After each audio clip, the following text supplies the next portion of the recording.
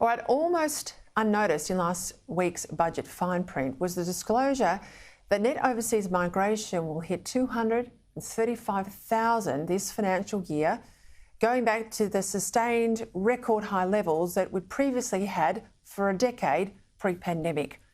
High immigration, great for big business. It keeps wages down and brings in consumers to drive demand, but not so good for the existing population who'd like their housing to be affordable, who'd like their wages to at least keep pace with inflation.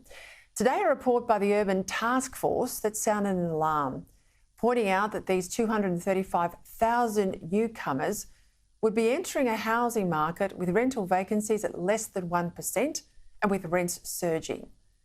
As well, in Sydney particularly, council delays mean that targets for building new housing are almost never met. Don't forget, the budget also predicted unemployment to rise by a full percentage point. And that's what really worries me. Now, if you've got a job, you can normally keep your house, even if mortgage repayments rise, as they have in recent times to almost double. But if you lose your job, that's when it's hard, near impossible to keep your home. And immigration, back at record levels, doesn't just put upward pressure on housing costs, it also threatens job security, especially for the lowest paid, the most vulnerable of our country's workers.